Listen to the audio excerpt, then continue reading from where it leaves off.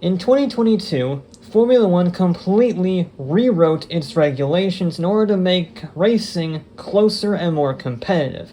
And as you would expect for Formula 1, it made international news.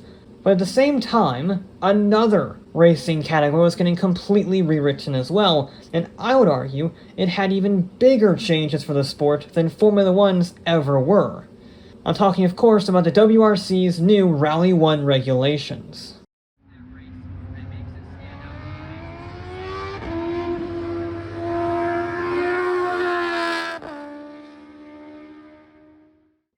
The WRC's WRC rulebook was first run in 1997 after 10 years of Group A regulation, although I should note that Mitsubishi continued to run Group A Lance Revos all the way until 2001.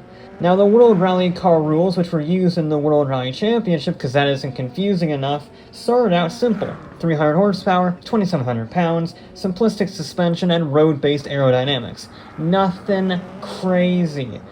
But gradually, the rules got looser and looser. In 2004, paddle shifters were added, along with active suspension, ABS, and a 40 horsepower bump. By 2011, the cars were wider, lighter, had more liberal aerodynamic freedom, and exotic materials like carbon fiber and titanium were allowed in some circumstances, provided they were used in the same components they were on the road car.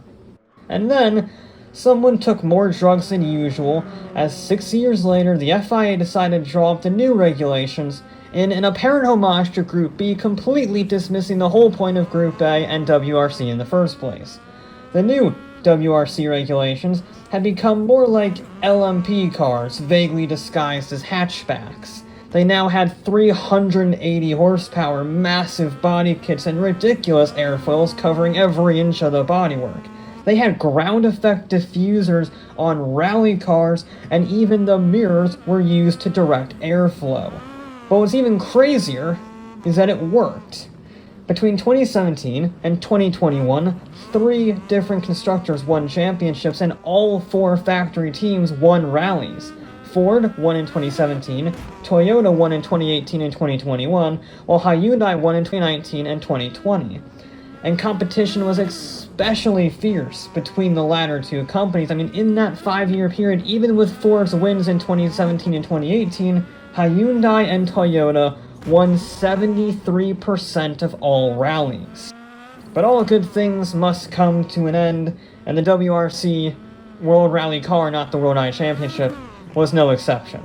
So after 24 years, a new rulebook was drawn up from scratch, with a goal set on environmental change. The 1.6-liter inline-4 stayed at 380 horsepower, now powered by synthetic fuels, by the way, a world first.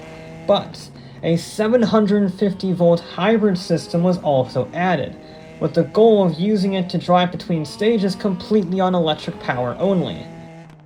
Oh, and create a combined 514 horsepower on the stages themselves.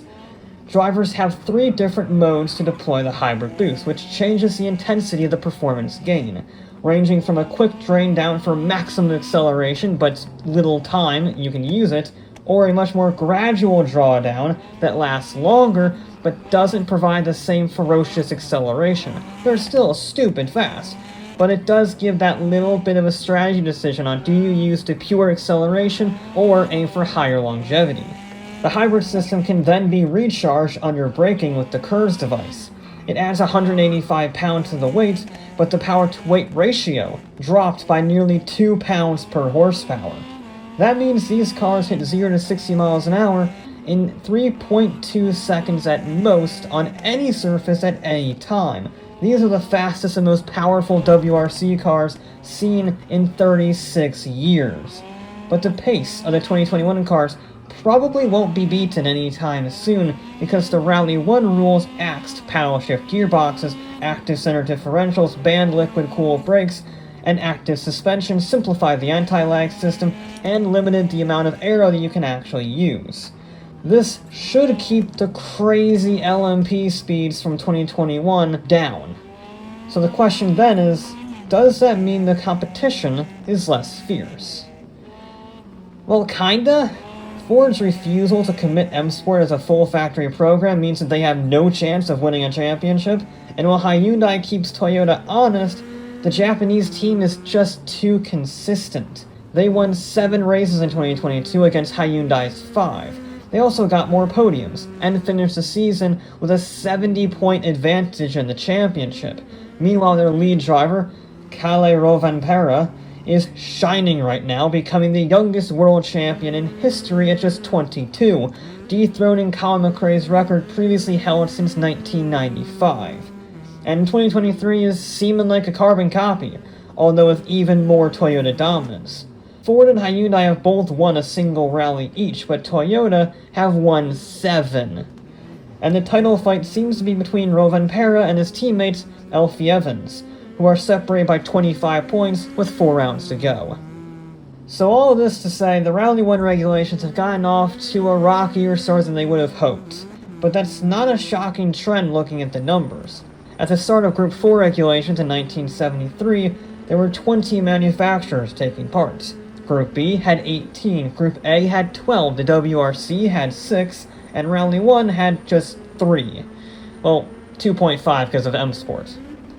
Right now, Toyota is just too good, the sport isn't world-renowned for some reason, and the rules are straddling the fence too much between being the next Group B and a more evolved version of the WRC. I mean, they want to have their cake and eat it too. They want the visceral sound of Rally 4-bangers popping off like mad, while still using the polar bear-friendly battery system, and manufacturers don't want to develop a very complex and very costly hybrid system when everyone is saying electric only is the unequivocal future.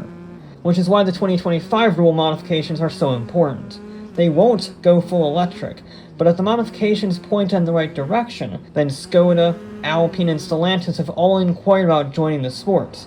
Getting Stellantis on board would be huge, given that they own Fiat, Citroën, Peugeot, Opel, and Lancia, who share 27 constructors' titles and 21 drivers' titles between them. If any of those brands return, a huge boost in returning fans is definitely possible, but it's a balancing act. Part of rallying is the experience, the harshness, the adrenaline, the noise, and to lose that entirely may be a death sentence. Right now, I think Rally1 is stuck in a difficult boat, because it does do quite a good job of balancing efficiency with enthusiasts. But manufacturers don't want that. As I said before, they don't want to invest millions in a hybrid program when electrification is right around the corner.